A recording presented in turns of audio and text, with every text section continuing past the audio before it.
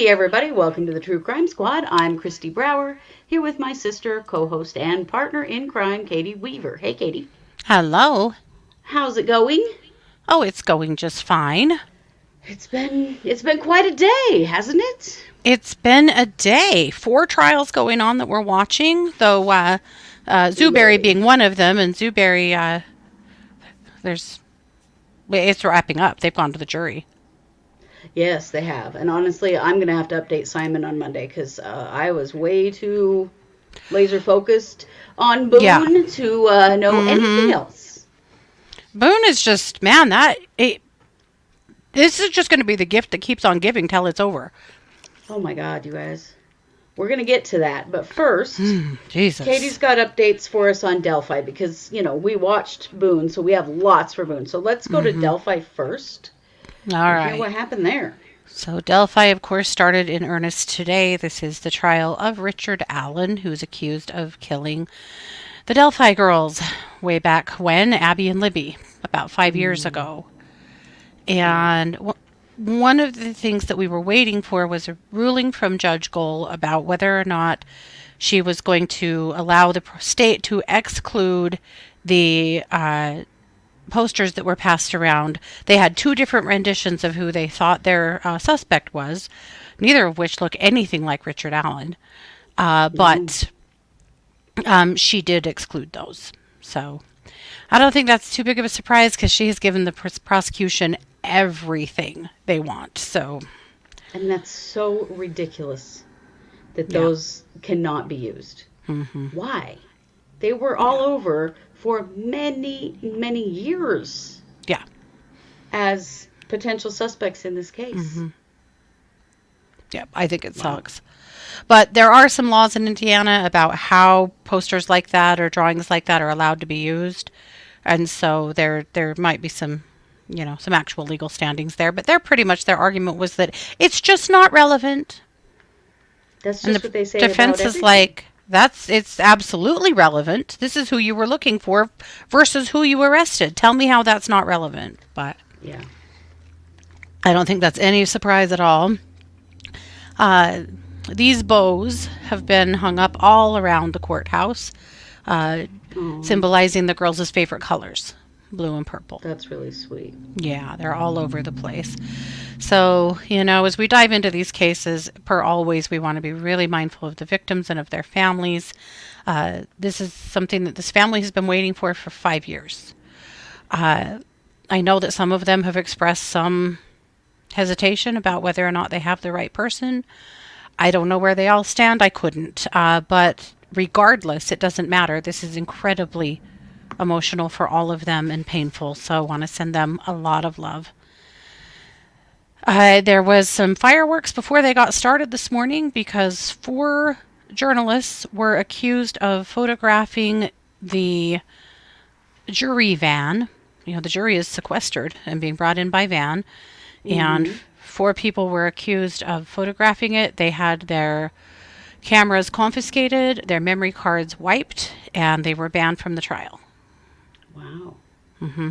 They're not allowed to take a picture of the van? Nope. Wow. Yep.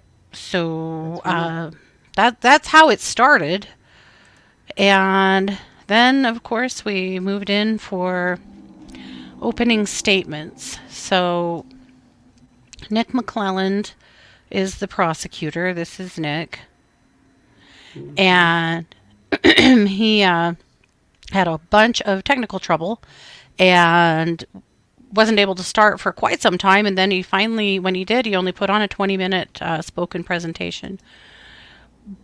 Wow. Yeah. Essentially, they said that Richard Allen is the bridge guy seen on Libby German's phone. Which again, why can't we see their pictures of the bridge guy? Right. This is Rich literally guy what has they had, called him. yeah. He says Allen stalked the girls and killed them. He says that Abby and Libby were walking on the Monon High Bridge, which is a rite of passage. A rite of passage for young people that live in the area. He said they posted photos on Snapchat and then noticed a man following them. He says the man said, "Girls, down the hill," before Libby's video cut off. Then we know there was a frantic search for the girls for almost 24 hours before they were found on February 14th, 2017. Yeah. McClellan says that they will see graphic photos of the crime scene. He said that the girls' throats were cut. He says that Allen confessed to details only the killer would know. And he says that Allen matches the description of a man seen on the bridge moments before the girls were abducted. And he mentioned the unspent bullet found at the scene and said it matches a gun owned by Allen. So that was essentially the prosecution's opening statement. The defense, let's see, it was Baldwin who did the opening. So Baldwin, I believe, is the man on the left with the beard. Okay. He spoke for an hour. He said that he countered the witness descriptions as being inconsistent. He suggested that Rick Allen had a mental health crisis that led him to confess. Mentioned that his confession was full of inconsistencies that would indicate that he was not someone who was privy to the crime scene. He called the bullet evidence inconclusive. He really went after the murder investigation itself. He said that police botched the probe from the start and that they were tussling with the FBI and that this was kind of a doomed investigation from the start. He also, again, talked about the hair clutched in Abby Williams' hands that did not provide a match for Allen. And we learned a little more about that hair today. The hair is blonde and belongs to a female. That is wild. But it doesn't belong to Rick Allen, and it doesn't belong to any of the girls. It doesn't seem to belong to anyone who they've tested, but it belongs to a woman. And have they ever considered that there was a woman involved in these murders? Right. That is the first time I've ever heard that, ever. And over the years, and because there have been a lot of suspects in Delphi over the years, none of them have ever been female. No. Wow. Yeah. Baldwin also said that the girls may have gone up an access road, gotten into another vehicle, and were killed elsewhere before being taken back to where their bodies were discovered near Deer Creek. He said they have some theories about that they weren't killed where they were found. He also cast doubt on the state's timeline and the murders in comparison to the cell phone evidence. So that's what happened before lunch. So then after lunch, let me get back to a different set of notes here.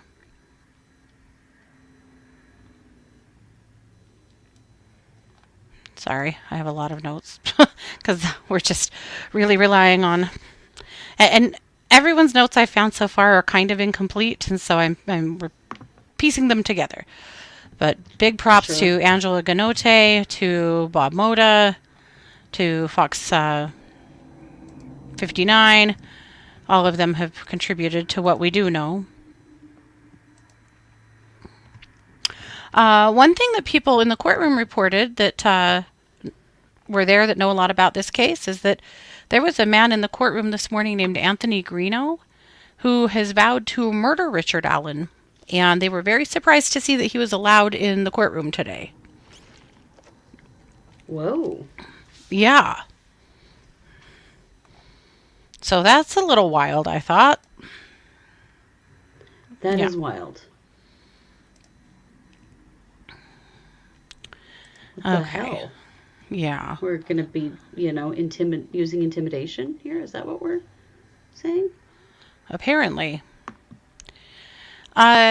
Post-lunch, there had been at least 3 witnesses called.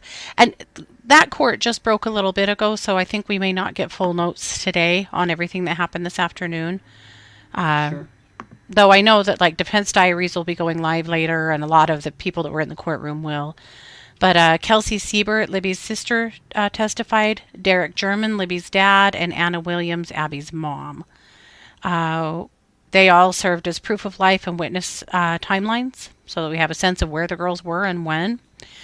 Derek German said that he made banana pancakes for the girls in the morning. And as Bob Moda pointed out, that's going to be significant when we get into the medical examiner's testimony as far as stomach contents to be able to establish the approximate time of death, being that they do know what they had eaten that day and when. So there is that. One of the things that we did learn today as well is that the girls were killed with different knives.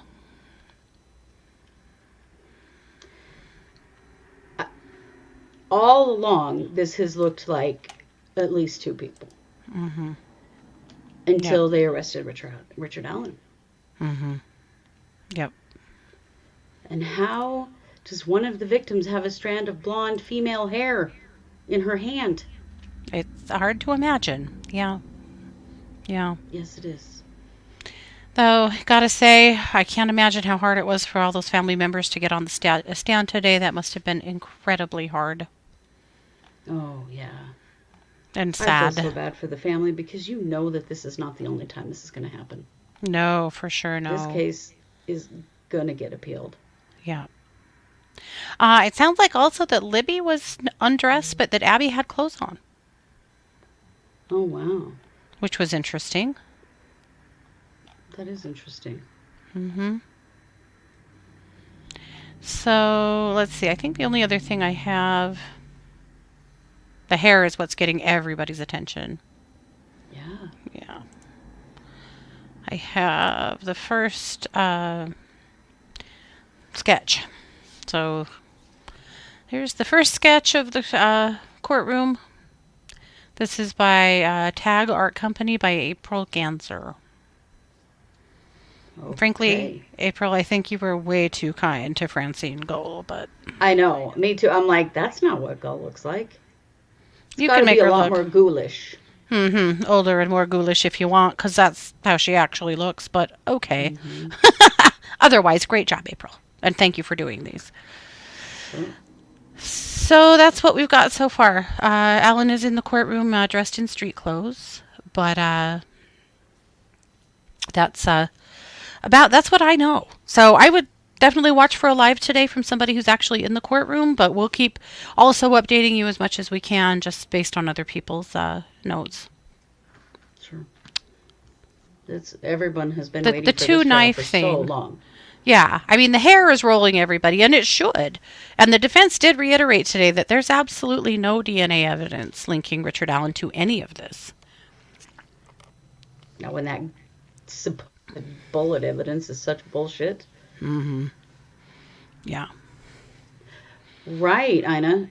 Yeah, he said that he shot them both in the back and SA'd them. None of those things were true. He also said he buried them. In shallow graves. And that didn't happen either.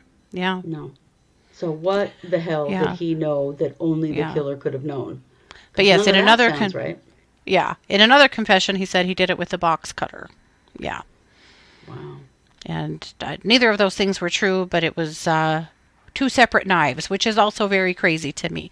So you're telling me Richard Allen is on this bridge waiting for some teenagers to come, some random ones, so that he can force them down the hill and march them down there and attack them and murder them. And he has 2 different kinds of knives with him, as well as a unspent bullet from a gun that he then, or maybe he has the gun, maybe that's the whole story, in Nick McClellan land, that he takes that out and buries it as what, a souvenir? Or, like, make that make sense. A ritual? Right. And he just happened to have a blonde hair from a woman, and he wraps it around her hand, like her finger. Yeah, wraps it around her finger. And also undresses one of them, but doesn't undress the other. And then cuts those branches and arranges the branches and carves on that tree and does all of those things. And then gets home and leaves there at the time that he does. You're telling me he did all of that in that period of time? All by himself? No. No way in hell. It's terrible. No I hate this case, and I have absolutely no faith that he's not going to be found guilty. He will. He will. I know. They chose a jury so damn fast. I have no faith in any of this. But the No. more, I already thought he was innocent, and then the more this evidence comes out, yeah, it's going to get worse. But from there, let's let's hop over to little Sarah Boone.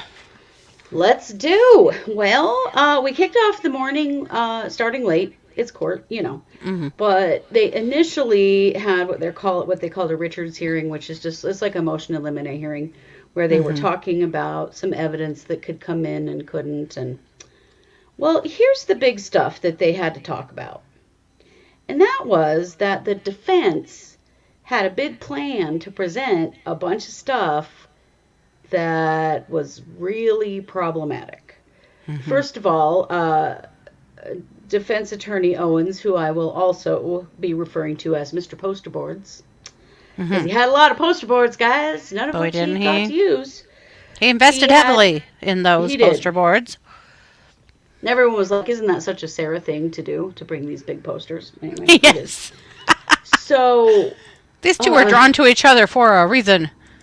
right, just as these defense attorneys have clearly never run a trial in the digital age, yes, it was very dinosaurish. Oh, The yeah. problem is he had two poster boards that were essentially jury instructions Hmm. about what they were to consider in a self-defense case. Yeah. Except that their self-defense has not been approved by the judge. Hmm. And that will not even be decided until the very end of the trial before this goes to the jury. Yeah. Jury instructions have not been completed. So Oh. he just made up some of his own and he had them on a poster and Hmm. he was going to be showing it. And the defense or the prosecutor was like, hold the phone. Hmm. You can't start laying this self-defense stuff out. Hmm. Right, and some of it was wrong, didn't even match current Florida law. And also, they have to prove that she has a real self-defense case in that Hmm. he made an overt act that made Sarah afraid for her life that then caused her to zip him up in a suitcase and beat him with a baseball bat and then go to sleep for 12 hours. Hmm. The overt act was, according to them, getting his fingers out. Yeah, just getting his As if he fingers was out. going to maybe be able to unzip it and get himself out. That was the overt act. Yeah, that's what they're trying to say. Trying to So save his the life was the prosecution, overt act. yeah. So the prosecution was like, oh, hell no. Hmm. And then they had a couple more poster boards of a whole bunch of close-up pictures of Sarah with injuries that she says were caused by George Torres. Hmm. These are not injuries that she had at the time of the murder. Right. These are from previous incidents, which we Hmm. know.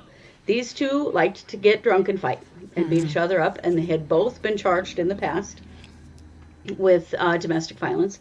Yeah. And so these were like close-up pictures of Sarah with a bloody lip and black eye and all kinds of stuff. Yeah. And for some unknown reason, a picture of Sarah sitting on her back porch with her two dogs. Yeah. The prosecutor And the was like, but prosecutor why was that like, one? Yeah. what is the point? Hmm. And the defense attorney had the gall to say, well, that's evidence because he used to threaten to hurt the dogs too. I'm like, hold the phone here. This man is Oy. dead. He's the victim. And these are things that you have to prove before You the get to say any jury of this. gets to hear any of this, right? Yeah. So the judge threw the whole kit and caboodle out and said, no, the poster boards, out. You can't use any of them. But man, he had a hard time hearing no for an answer. Oh, Ooh. he did. He just kept talking. You can see he and Sarah are two peas in a pod. He cannot shut up. And the judge was so annoyed with him. Yeah. So, Can you anyway, imagine how much of his own time he wasted yeah, and money. and money putting those together? Yeah. Well, and then they started an hour and a half late, and the judge was also pissed because he's like, well, you need to shut up because the jury has been waiting for an hour and 20 minutes, he said at Yeah. one point. Like, we need to get the show on the road here. The other problem is that the defense complained because the prosecution was going to use the video of her taunting him while he's in the suitcase. Hmm. in their opening statement. And the judge said, you know what, that's it. No evidence is coming in opening statements. If it's good for you, it's good for them. Nope. So they didn't get to play that video. Yep. Doesn't matter because they're going to play the video. Right. Yeah. So all that, finally got ruled so that they could just start with opening statements. Mm-hmm. So we had, first of all, the setup in that room, audio-wise, is extra stupid. Yeah. You have to be standing in exactly the right spot. It's sort of like a Verizon Can You Hear Me Now commercial. Mm-hmm. You have to be standing in exactly the right spot for them to hear that. Mm-hmm. And, did I get that backwards, Jess? Was that the defense that wanted to play that? I thought it was prosecution too. I don't know. Oh. Well, someone did, and he said no. We're done with this. We're done with this. So, prosecutor starts with, I would say, a pretty milquetoast opening statement. Yeah. Boring. There was a lot of just reading her statements from when she was questioned by the police. Mm-hmm. There wasn't like a really good timeline of events. Like, it was kind of, I also don't know all of what was said because he refused to stand at the podium for the majority of it. And really for a huge tough part to of it, listen we to. could not hear him at all. Yeah. And no matter what you did, even the closed captions were absolutely a disaster. Yeah. In trying to figure out what he was saying. Yeah. So, I mean, he basically said Sarah did at the end. In no uncertain, but it wasn't like, he didn't lay it out for the jury at all, like the way that our beloved prosecutors do. Right. This was no Rob Lindsay deal. No. No, not at all. So then Owens gets up, and at that point, somebody had figured out how to get a microphone over by those guys, because they were standing in front of the jury box where there was not a microphone. Mm-hmm. Somebody on one of the cameras finally got a microphone close enough to him that we could hear him if the volume was turned all the way up on your TV or your whatever. But he painted quite a picture. He talked about, so he wasn't allowed to use any of the pictures or anything, but he could say that they're claiming self-defense and that there was a lot of domestic violence and that there was a lot of drinking and, that Sarah was afraid for her life. And it was a whole lot of drama that honestly really misrepresented this case a lot. I mean, I would say more so than usual. Which I don't think is good for the defense. When you get up and say things that are then immediately disproven by what the prosecution is putting out there, like, he could have told the story and spun it Sarah's way without maybe being quite so inflammatory about it, but he didn't. I already really don't like him. I don't either. I'm not totally in love with the prosecutor either, but No. Owens he's annoying. Honestly, neither one of them are very, dynamic. No. And if you're the people that are just hearing this story right before, for the very first time, I don't think anybody got a super clear picture in those opening statements about what actually happened. So then, the prosecution started with their first witness. This was also really weird. First witness was Juan Torres. He's George's little brother. Yep. He was, I would say, reluctant, not particularly forthcoming. No. Nervous. Very, very nervous. So nervous. He said that he lived 5 to 10 minutes away from George and Sarah. He talked to George on the phone about once a week. And he didn't go over there. Yeah. He didn't like visiting over there. He didn't straight up say, I hate Sarah's stinking guts, but he was clear that he doesn't go over there. Yeah. Yeah. Made it very clear that he didn't go over there and that, he and Sarah did not get along. And it turns out George's family hated Sarah. They either Oh, really, Tubbs? You just took it as someone who was soft spoken? I was just surprised he didn't elaborate more. He's there to speak for his brother, and he Mm-hmm. just really didn't. We I'm did wondering learn how today. limited he was by the prosecution. If he was trying to be careful and only say the things he was allowed to say. Because Yeah, he did seem like he was being really careful. he did. He did. But he also just seemed so nervous and so overwhelmed. He did. Yeah. So we learned today that George's family had two names for Sarah: White Devil and White Dragon. And those were not compliments, in case you were wondering. These people hated her guts Mm-hmm. long before she killed George. Yeah. He spoke to George on the phone the night that George was killed. Mm-hmm. And he said he wasn't on the phone for very long because Sarah was yelling in the background. Mm-hmm. He said the phone was on speakerphone at his house, and all he could hear Sarah yelling in the background something about how he choked her, referring to Mm-hmm. George. Mm-hmm. And the uh, the prosecutor did not explore that like at all. Mm-mm. So then the defense attorney said, "Did you not find it surprising to hear her saying that?" And he said, "Not really."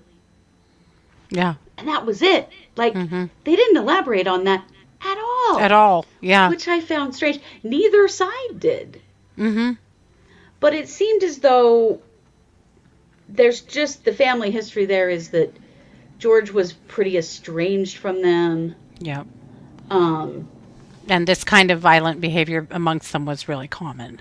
Yeah. yes, and that they just didn't want to have anything to do with Yeah. it. So that was one. I was so surprised by how short of a stay he had on the stand.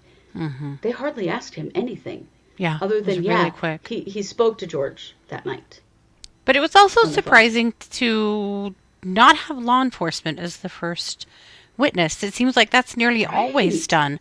And these guys didn't get to law right. enforcement until they were, Nearly the what? end of the day. Yeah, many witnesses in, several witnesses in before they got there. And the prosecution is burning through witnesses. This is going Oh, quickly. yeah. Mm-hmm. So after one, we get the manager of Publix. Mm-hmm. Now, Publix is where they went and bought, on two different occasions, magnum bottles of wine. So, like the 1.5 liter, the giant bottles of Mm-hmm. wine. Because they were, Sarah's explanation is that they were doing puzzles and art and enjoying each other's company and drinking wine that day Mm-hmm. from the Woodbridge Winery, as though that is something fancy. This is $8 wine. So basically, they have the bottles, two big Magnum bottles that are empty. They were in the trash, and they had the Publix receipts Mm-hmm. confirming the times that the wine was bought. One of them was like at 12:30, and then the other one at like 12:30 p.m. on this faded day, and then the other one was in the evening. Mm-hmm. And then the wine bottles were in the trash. Yeah. Um, and then next witness. Mm-hmm. Very weird.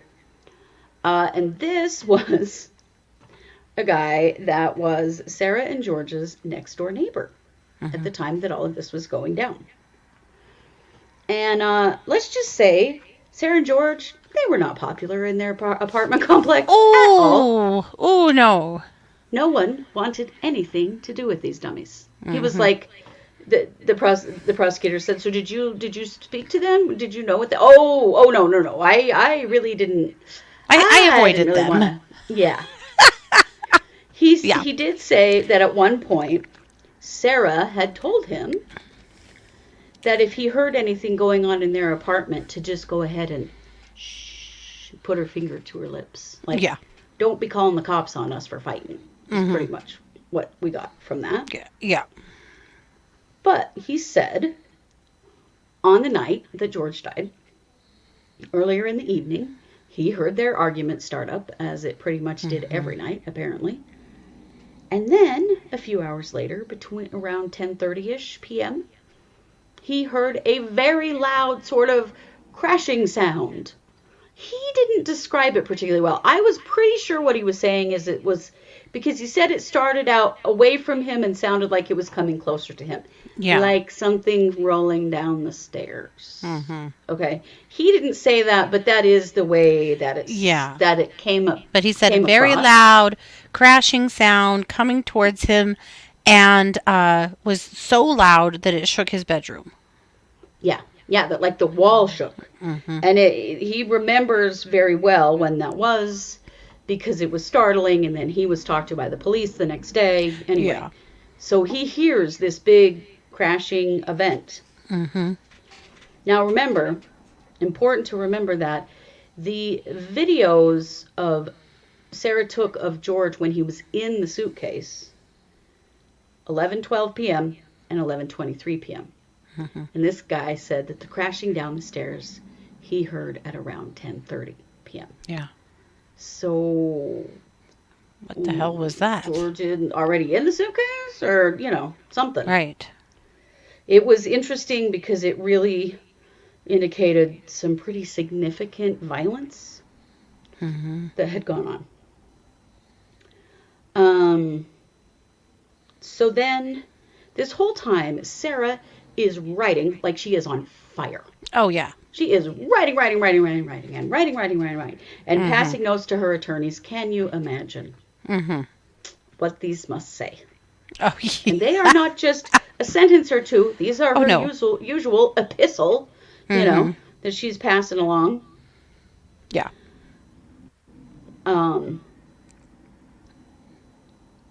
Let's see. So then we had a break, and then another neighbor came in. He was the roommate of the first neighbor. And he did a better job of explaining what he heard. And he said, it sounded to me like something falling down the stairs. Yeah. Because their apartment was one floor, the neighbors. And then Sarah and George were in a 2-story townhouse that are connected. So they're down here. Here's the stairs. Boom, boom, boom, boom, boom. And the stairs connect to their bedroom wall. Yes. He also made it very clear that he does not like drunk people. And that he stayed as far away from Sarah and George as he could because he didn't want to have anything to do with them. Except for one time when he got locked out. And while he was waiting for his roommate to come home, Sarah was chatting him up, drunk as hell. And he couldn't get away from her. Yep. And she may or may not have been saying something about not wanting to go home. But he really didn't care because he didn't listen because he did not want to talk to her. These young men were like, no, thank you. Yeah. So then we get Sarah Boone's ex-husband, Brian Boone. He was not what I was expecting at Me all. neither. No. Honestly, I think he might be a little gay. And if he is, good for him, because Jesus. Yeah. Sarah, ick. What were you thinking? Whew. He and Sarah had been friends for a long time. Yeah. They met in the 90s and were friends for a long time until they married in 2016 or something like that. I think they got divorced in 2016. So 2014 or something. They weren't married very long. No. Yeah. But yes, the gaydar was totally really. I don't know if anybody else got that, but I was like, dude, if you are, I really hope you have like a really cool boyfriend because you don't deserve any of this bullshit. He was a very nice man. And he was not he didn't bag on Sarah as he could have. He did say that Sarah liked to call him a lot in the middle of the night when she was super drunk, and he mostly just ignored that because divorced, not my problem. Yeah. But they had 50-50 custody of their son. And so they were, trading this kid back and forth. And then when Sarah would have enough of George, she'd just head on over to Brian's house for a while. Lucky Brian. Yeah. Yikes. Because he only lived a few blocks away. They didn't live very far from each other. Right. Yeah. So he Well, comes and on the she was stand. living on alimony at that point. Yeah, he was living on alimony at that point. Yeah, he was just paying for her to live, taking Mhm. care of her when she had problems with her boyfriend, stuff like Mhm. that. Real joy. Yeah. Tubbs says, if I claimed that, it would be offensive, but I'm happy I'll convert the vibes. Okay. Mhm. He did Brandon not says he, trigger for Brandon, however. yep, Brandon says he didn't seem gay to me. He seemed like he's in recovery, having been a broken man married to her. I mean, probably. Definitely Can't that. imagine Yeah. being married to her. That is for sure. Mhm. Um, so apparently the night that this all went down, Sarah called him in the middle of the night and was rambling about a bunch of stuff, and he didn't really pay much attention. And Mhm. the next day, about 12:30 p.m. So keep in mind, thud thud thud down the stairs is at about 10:30 p.m. The videos that Sarah took of George in the suitcase at 10:15, 11:15, and 11:30. Mhm. Um, Sarah says she goes to bed at 12:30 a.m. Mhm. and then she says she doesn't come downstairs and to discover poor George in the suitcase until 12:30 p.m. the next day. Yeah. 12 12 hours. hours. Yeah. So when she finds George passed away in the suitcase, Mhm. she doesn't just, call 911 like a normal person. Mhm. She calls poor ex-husband Brian. Yeah. And Brian comes over. Yeah. Also And tells her she has to call 911. yes, he says, I'll come over, but you call 911. So he has to, put on his shoes and put his dog in his kennel and stuff. And in that short few minutes of 10 minutes between the time she made the first call and the time he arrived at her house, she's Mhm. already called again to see if he's coming. Yeah. Sarah is something else. So he Yeah. gets to the house. So he tells her the second time on the phone to call 911. Then he gets to the house. She still hasn't called 911. He looks in the front door of the apartment. He can see George's feet and legs, Yeah. like past the kitchen on the floor. And he said, yeah, I didn't go any further in. Yeah. It's like, I didn't really want to, I don't want to be a part of He this. said, "I was not comfortable. I was not comfortable going in there." Oh yeah. Well, Yeah, that's very understandable, Brian. Yeah. right. So he tells Sarah again to call 911, and so she does. And he goes and Mhm. sits in his car Mhm. and waits for the cavalry to come because Yeah. he's like, I'm not getting within 10 feet of this. Yes. Um, I really liked him. I really feel for him, I for sure honestly. what he has had to put up with and endure here, and also their poor kid, I and know. of course I would imagine he gives this kid a pretty decent life and is a good dad. He sure Yeah. struck me that way. So thank goodness for He said that. their But son is yeah, about to turn 14. yeah, Poor kid, Jesus. yeah. But yeah, I'm glad he's at least got this dad because Hmm. he has not got a mom. No, but we're not done with Brian. The prosecution or defense wanted him held over because they are bringing him Yes. back. Yep. Will it be useful? I don't know. We'll see. So they finished with him and said he'll come back. So then they get a guy on the stand and he is a maintenance worker for this apartment complex, Hmm. Tealwoods, where they live. Um, where Sarah, because Sarah, diarrhea of the mouth, can't not tell everyone she knows about absolutely everything. Hmm. Um, and she tells him on the day that George was found dead that she and George were playing hide and seek, that they were drinking, and that she was trying to teach him a lesson. Hmm. Oh, really, White Devil? Hmm. I thought you were trying to defend yourself. Yeah. Yeah. Big That was difference fairly, there. Really big yeah. difference there. Yeah. Yeah. He was pretty funny with the defense attorney because the defense attorney kind of tried to get him to give some more information or trip up a little bit. And this dude was like not giving that defense attorney anything. Yep. And they just gave up, released him. It was pretty funny. They did it. They kind of went finally, okay. Okay. This guy's not Goodbye. going to help. Yep. Let's see. Jess has a confirmation. Owens is the one who says he wants to play the 2-minute suitcase video, and the judge asks the state their opinion, and they say it shouldn't be used in the opening. We're still going to see it, but yeah. Okay. Yeah. So, let's see. Then we get to, finally, law enforcement. Because these earlier ones were like, what the hell? Why are we... Anyway, we get the deputy who responded immediately, and I don't have anybody's names in front of me. I'm sorry. I don't know that it really matters. But we get the deputy who responded initially, and we get to watch her body cam. Mm-hmm. Well, Sarah's just really wanting Dr. Pepper and cigarettes. Just really, really wanting that. So bad. And also, I just fell asleep. I fell asleep. Mm-hmm. Where Sarah makes this 100% about herself. Doesn't show any concern for George at all. Doesn't show any grief. Doesn't show anything but concern. Deputy Rodriguez, right.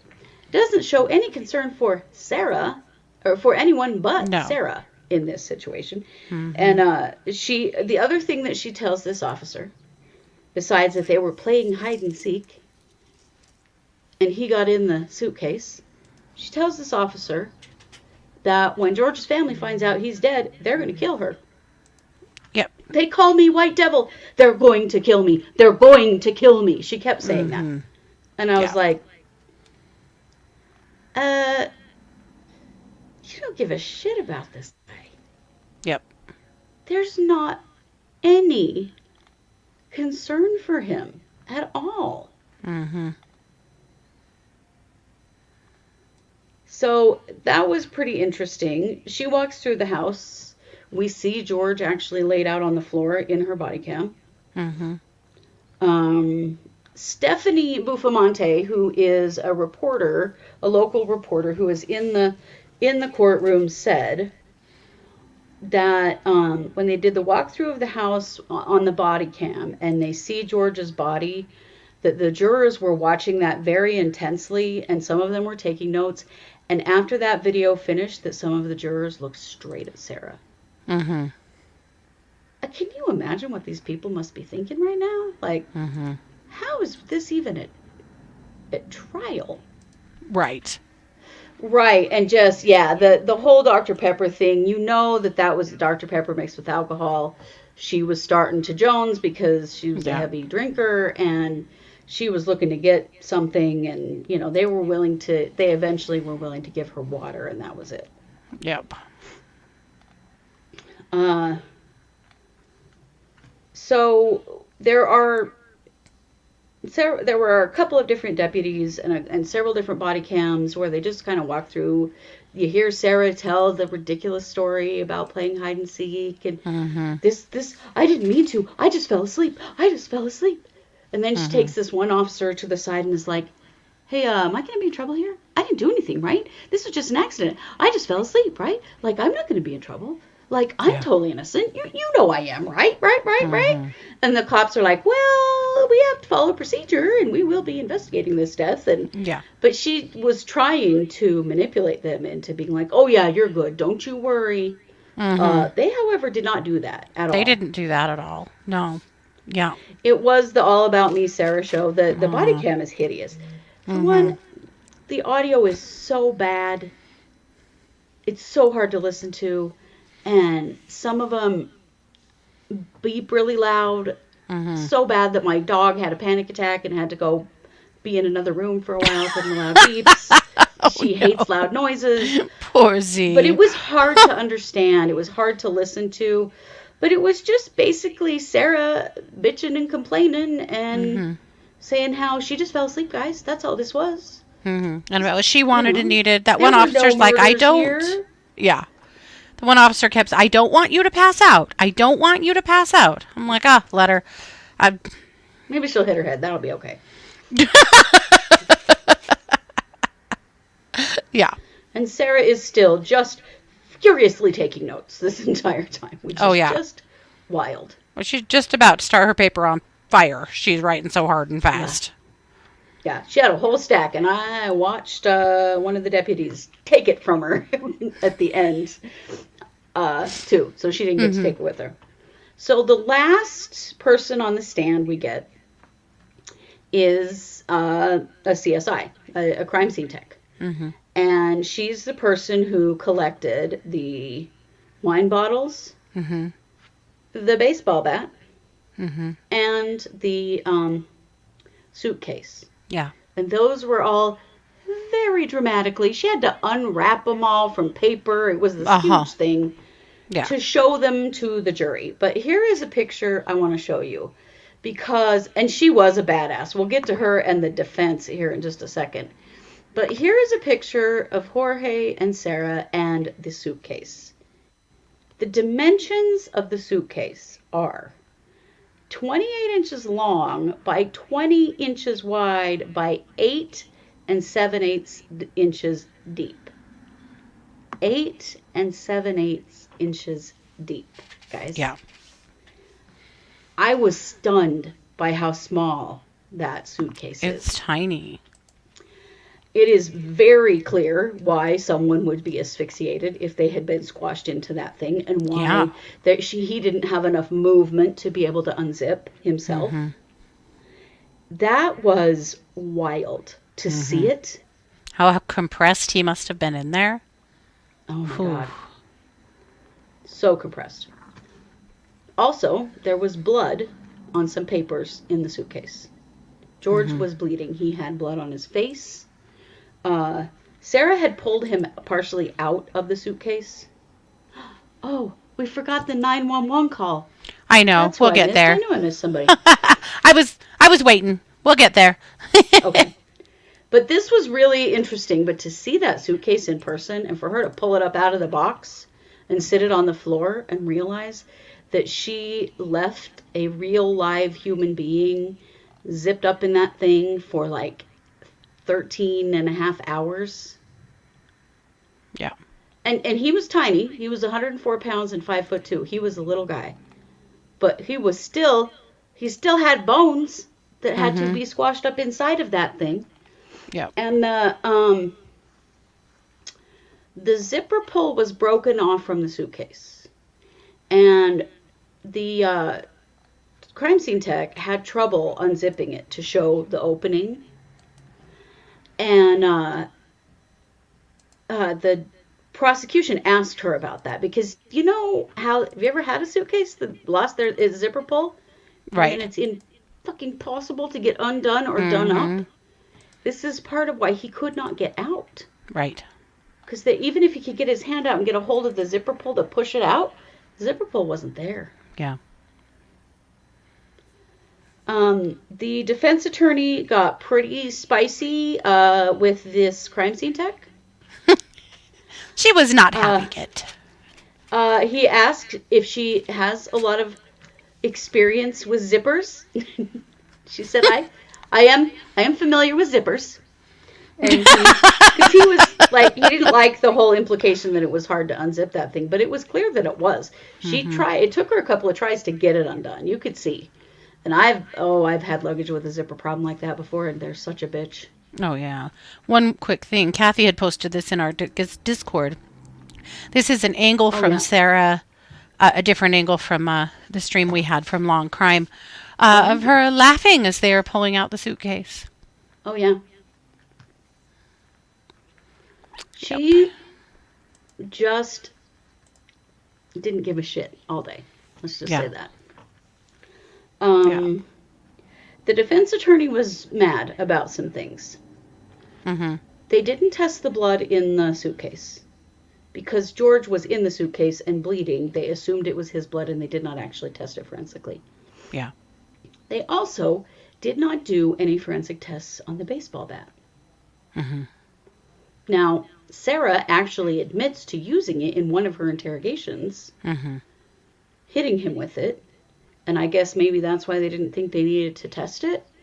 But he kept confronting her, and she kept saying, the tests were not done on that. Stuff like that. Or Mm-hmm. she and the detective would make a decision about what needed tested and what didn't, and he wanted to know Mm-hmm. why, and she just would not. She would not take that bait at all. She was such a Yeah. badass, and every time he asked her a question, she turned and looked at the jury and answered it. Like, Good for her. it was pretty funny. She Mm-hmm. really, he tried to trip her up, and Not having it. she was stone cold, man. She was not having it at all. Honestly, she was 1,000% smarter than him. She was, yeah, she was definitely. Yeah. Um, oh, but I can't believe I skipped the 911 call. So Yes. Whew. they bring in the 911 operator who took the 911 call. And she confirms that it was the 911 call, basically, and then Mm-hmm. she leaves. And then later they play the 911 call. This is Yeah. so different.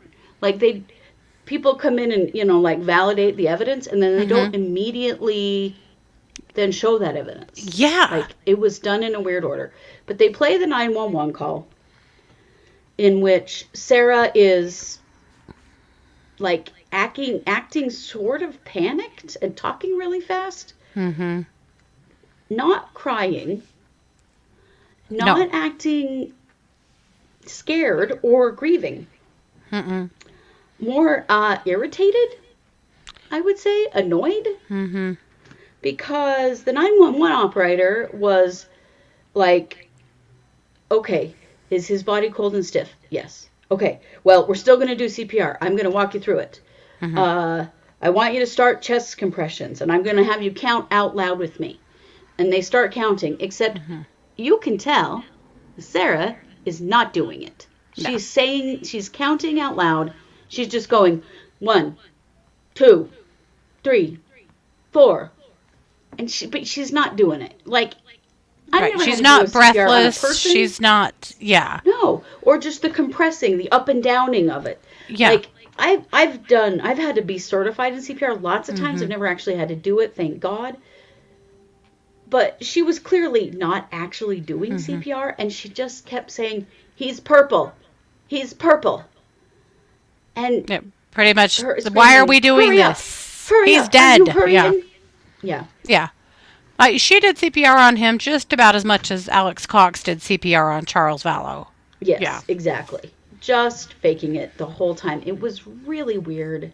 Which he was definitely already deader than hell, but still, she wasn't The guy even was going to trying to do the keep her thing. focused. He's thinking, "Oh my God, she's freaking out.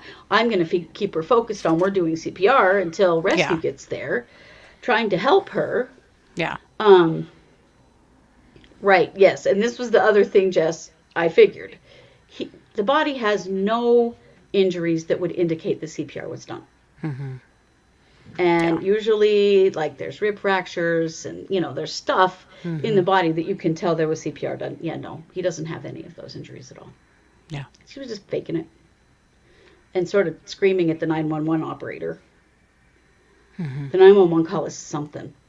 I'll get some of this stuff together and split it up so that we can have it for y'all next week.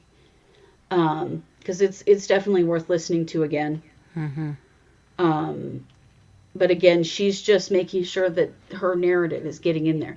I Yeah. just fell asleep. I just fell asleep. I didn't know, Mm-hmm. And whatever. then she But yells at the yelled, "He's 911 purple." officer or the 911 operator, "How did this happen?" They're like, Yeah. "Oh, 1, 2, 3." Yeah, It's like, just keep this counting, is my man. job. Just keep Yeah. counting. Yeah. Mm-hmm. Yes, Sure, Kai. Yeah. Exactly. To do real CPR, you would be breathless, couldn't talk, and like Kai says, in her situation, crying Crying uncontrollably. uncontrollably. Yeah. And I get that. It just, none of it sounded real. It was all so fake. Mm-hmm. It was all so pretentious, and Mm-hmm. the whole thing, all of her interactions. Yeah. Yes, at one point she says air came out and he gurgled, except we all know that's not true because he'd been dead for hours Mm-hmm. at this point. Yeah. And that is where they ended it today. Yeah. That is a lot for one day of court. It was It is. They were cooking. Mm-hmm. This is why the prosecution said they needed a week. Yeah. Initially, the prosecution, before Sarah got an attorney, they said they needed a week, including jury selection. Yeah. Because they were going to cook through all of this so quickly. Mm-hmm. But now, of course, there's going to be some defense witnesses. Yeah. And well, the prosecution's not Sarah's done yet, but no, yeah. no. But there will be an actual defense put on more than just Sarah. Oh yeah. In this situation, so there's much more to come. But it was quite a day. But Sarah just looks sort of haughty, and Yes. this weird little Smirky. I'm better than you smirk on her face all day. Yeah. Clearly did not get the hair and makeup request No. fulfilled. She is wearing a suit and a blouse, and they bring her in shackled, and they take off her shackles when she sits down before they bring in the jury. Yeah. Yep. So it was quite the day. It was a day. It was. So court will be back on Monday at 9 a.m. Eastern Time, 7 a.m. Mountain. Indeed. Yeah. And we will be there. You betcha. And we will be live throughout the whole thing. We're just going into trial mode. So as long as this continues, our other schedule is suspended, and we'll be doing. What are we going to do? 6 p.m. We're going to go back to so we'll be doing 6 p.m. summaries every night after court. We did this one earlier because our nephew has senior night at football tonight. We want to be able to be there and cheer for him. Yeah. But normally we'll be doing 6 p.m. for the rest of this trial. So come join us if you can. Watch along with us. If you can't, that's okay. That's why we do these wrap-ups. Next week, I'll have some videos and some audio and stuff for you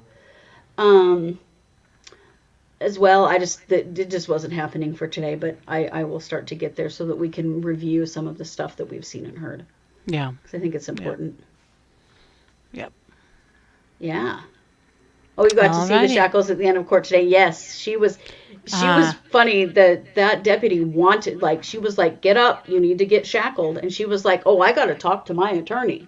And she was like, get up, I got to shackle you. And she took, that same deputy grabbed her notes. Sarah was like organizing them, and she just smacked them away. Like, you're still in jail, dummy.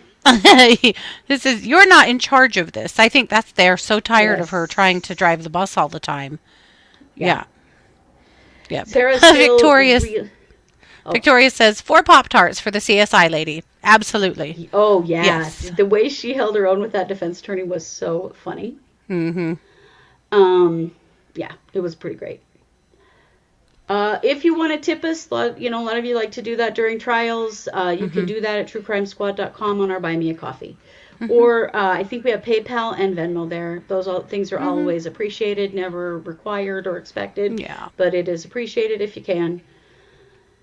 And yeah, we'll be back on Monday. Yeah. For some more of the shit show, my friends. More of this, more of Delphi. Yep. I'll have an update for you on Simon. I really didn't have a chance to keep an eye on what was happening in Simon today at all. Sure. But I will get caught up on that over the weekend so that we can share with that also. And if you didn't see, Robert... yes, Texas Robert. Robero, yeah. Had a last-minute Hail Mary stay. Till Monday. Well, that's just a hearing on Monday, though. His death warrant expired. So that's true. Okay. They would still have to reorder and everything. Some legislators in Texas got together. Yeah. And got themselves in front of a judge right before 5 p.m. yesterday. And got the judge to issue a restraining order. Yeah, huge. So that is awesome. I was amazing. Honestly very shocked to see him actually, not be executed yesterday. So there's still some hope in that case. I really thought that was going down. Yep. I did too. But I'm impressed. Texas, you're impressing me that there are people there who actually give a shit about justice and human beings. Absolutely. And we'll have updates in Zooberry. I mean, it's gone to the jury. Hmm. I just don't think that one's going to take super long. So I doubt it. we'll see. In Zooberry, in case you're wondering, we've talked about this case quite a bit, but this was the Zooberry guy is the guy that kidnapped a woman in Washington and drove her to Oregon, where he locked her in a cell in his garage, and she beat against the door of it until she broke enough welds so she could skinny out the door and get to help. And one other. There's actually 2 rapes on this case that he's being tried for. Yeah. Yesterday, a his wife and children came into the courtroom, and she mean mugged the jury until the jury sent a note to the judge that they didn't feel safe with her in the room. Who is this woman? My Mm-hmm. God. Who indeed? And you would Yeah. bring your children to be present for this? Why? Yeah. Ugh. Mm-hmm. I mean, is she involved? Like, wow. Right. Right. Yikes. It's not good. Yeah. This But at is any good. rate, I think we'll probably have a jury decision by Monday on Zooberry. But Yeah, that's good news. That's very good news. Well, take good care of yourselves this weekend. Go Yeah. get away from true crime. Do Yeah. something fun, funny, do something fall or Halloweeny, whatever you need to do. We all need a break. And we've had a lot this week. This has been a Whew. big, heavy week. So And next week take will all the be breaks you need. wild as Yeah. hell. Yes, Yep. it will. All right. Well, you know it. We are the True Crime Squad. Thanks for being here. Take care.